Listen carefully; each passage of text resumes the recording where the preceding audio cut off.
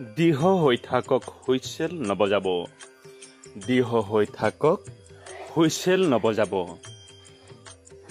American নৌবাহিনীৰ চিল ট্ৰেইনিঙৰ বাবে অহা 150 জন ছাত্ৰই প্ৰথম দিনাই প্ৰশিক্ষণৰ বাবে আহি দেখিলে যে এটা পিতলৰ হুইছেল সকলোৱে দেখাকৈ ওলমাই ৰাখি থোৱা আছে। নৌবাহিনীৰ সবাতোতকৈ কঠোৰ প্ৰশিক্ষণ হিচাপে জনা যায় চিল ট্ৰেইনিং। প্ৰথম দিনাই সাৱধান কামাণ্ডৰ ৰৈ থকা এখন পথাৰত 150 জন প্ৰশিক্ষাৰ্থীক উদ্দেশ্যি কঠোৰ যেন লগা প্ৰশিক্ষকে ক'লে, আজিৰ পৰা আপোনালোকৰ আৰামৰ দিনৰ অৱসান ঘটিল। অহা 6 মাহলৈ আপোনালোকক আমেৰিকান সেনাৰ সবাতোতকৈ কঠোৰ প্ৰশিক্ষণ আৰু পৰীক্ষাৰ সন্মুখীন হ'ব লাগিব। ইমান দিনৰ অভিজ্ঞতাৰ পৰা মই কৈছোঁ, আপোনালোকৰ বেছিভাগেই ইয়াক সম্পূৰ্ণ কৰিব নোৱাৰিব। প্ৰশিক্ষক হিচাপে মোৰ কোনো আপোচ উদয়া নকৰোঁ, বৰঞ্চ বিচাৰিম আপোনালোকে প্ৰশিক্ষণ এৰি পলাই যাওক। মই নিৰ্ভৰভাৱে আপোনালোকক আমনি কৰিম। সতীৰ্থৰ সন্মুখতে মই আপোনালোকক লজ্জিত কৰিম, শাস্তি দিম। আপোনালোকক যিমান শক্তি আৰু ক্ষমতাত মই তাতকৈ ওপৰত কাম দিম। এইবাৰ অলপ থমকি ৰৈ মিচিকিয়া হাঁহি মাৰি প্ৰশিক্ষকজনে ক'লে, বহু কষ্ট হ'ব, ভাবিব নোৱাৰা কষ্ট হ'ব। প্ৰশিক্ষকজনে আকৌ অলপ সময় থমকিল। ৰছীডালত লাগি থকা হুইছেল টানিলে আৰু প্ৰচণ্ড জোৰেৰে ফু মাৰিলে।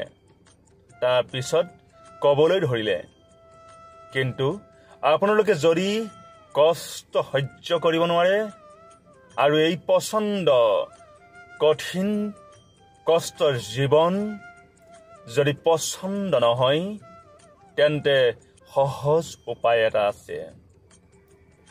প্ৰশিক্ষণ এৰি পলাবলৈ এই হুইছেলডাল 3 বাৰ বজাই দিলে হ'ব। 3 বাৰ হুইছেল বজাই দিলে প্ৰশিক্ষণ এৰি ঘৰলৈ যাব পাৰিব। হুইছেল বজোৱাৰ লগে লগে কষ্টবোৰ নোহোৱা হৈ যাব। হুইছেল বজোৱাৰ লগে লগে পুৱা সোনকালে উঠিব নালাগে, প্ৰচণ্ড ঠাণ্ডা পানীত সাঁতুৰিব নালাগে, উশাহ বন্ধ হৈ যোৱাকৈ দৌৰিব নালাগে। হুইছেল বজোৱাৰ লগে লগে সকলো কষ্ট শেষ, বাচি যাব সকলো কষ্টৰ পৰা। ইমানখিনি কৈ প্ৰশিক্ষকে থিয় হৈ সকলো পৰীক্ষাৰ্থীৰ ফালে চাই আৰু আত্মবিশ্বাসেৰে ক'লে, মোৰ অভিজ্ঞতাৰ আটাইতকৈ গুৰুত্বপূৰ্ণ কথাটো হ'ল, যদিহে হুইছেল বজাই পলাই যায়, তেন্তে গোটেই জীৱন আফচোচ কৰি থাকিব লাগিব। কাৰণ পলোৱাৰ পৰা একো সমস্যা সমাধান নহয়। 6 মাহৰ পিছত যেতিয়া প্ৰশিক্ষণ সম্পূৰ্ণ হ'ল, দেখা গ'ল 150 জন পৰীক্ষাৰ্থীৰ মাত্ৰ 33 জন মানুহে সম্পূৰ্ণ হোৱাকৈ থাকি গ'ল। 117 জনেই 6 মাহৰ কষ্টৰ বদলি হুইছেল বজাই আৰামত সহজ ৰাস্তা বাছি ল'লে আৰু 6 মাহৰ কষ্টৰ কৰাসকলে এক বৰ্ণাঢ্য কেৰিয়াৰ অধিকাৰী হ'ল। আমেৰিকান নৌবাহিনীৰ কঠোৰ প্ৰশিক্ষণেই হওক বা জীৱনৰ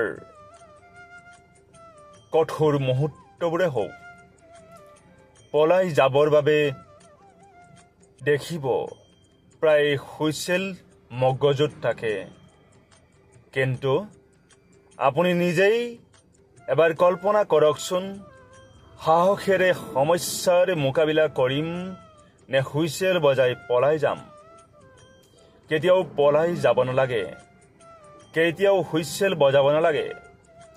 চিল ট্ৰেইনিঙৰ গুৰুত্বপূৰ্ণ শিকনি আছিল এইটোৱেই, কেতিয়াও হাৰ মানিব নালাগে। জীৱনত বহুবাৰ এনে পৰিস্থিতিৰ আহিব, দৃঢ়তাৰে ৰৈ থকাতকৈ পলাই যোৱাটো তেনেই সহজ, এৰি যোৱাটো তেনেই সহজ।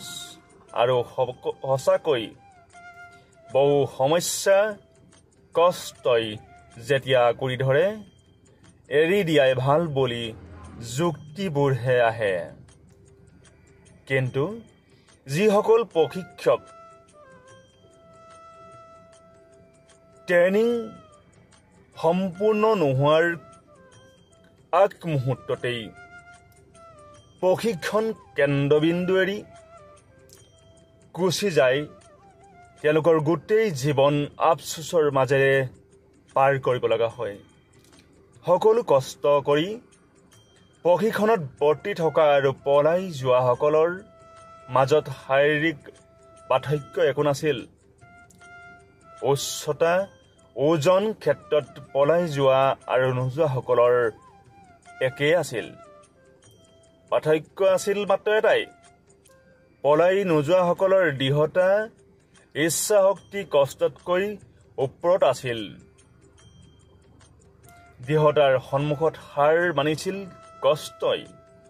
কোনো সন্দেহ নাই, জীৱনত বহুবাৰ কঠিন সময় আহিব পাৰে। পৰিস্থিতি, সময় আন কাৰোবাৰ ওপৰত দোষ জাপি হুইচেল বজোৱাতকৈ পলাই যোৱাটো, এৰি অহাটো তেনেই সহজ। কিন্তু আপুনি যদি নিজৰ সপোনৰ ক্ষেত্ৰত আফচোচ কৰিবলৈ অস্বীকাৰ কৰে, বাধাবোৰৰ বিৰুদ্ধে দৃঢ়তাৰে থিয় দিয়ে, কোনো কাৰণতে হুইচেল নবজোৱাই পলাই নোযোৱাৰ সিদ্ধান্ত লয়, তেন্তে আপোনাৰ জীৱন যেনেধৰণে বিচাৰে তেনেধৰণে হ'ব। সবাতকৈও কঠিন সময়ৰ হাতত যুঁজি লাগি থাকি অন্তত হুইচেল নবজাই, জীৱনৰ পৰা কঠিন পৰিস্থিতিটো হুইচেল নবজাই দৃঢ়তাৰে থিয় হৈ থকাৰ সাধাৰণ মানুহৰ কিমান যে অসাধাৰণ কাহিনী। মানুহেও হুইচেল বজাবলৈ অস্বীকাৰ কৰাৰ বাবেই সমুদ্ৰ জয় কৰিব পাৰিছে, আকাশ জয় কৰিব পাৰিছে, সুউচ্চ এভাৰেজ খোজ দিব পাৰিছে। আপুনি যদি ওপৰৰ কাহিনীটো শুনিছে, তেন্তে মই কওঁ, আপুনিও হুইচেল নবজাব।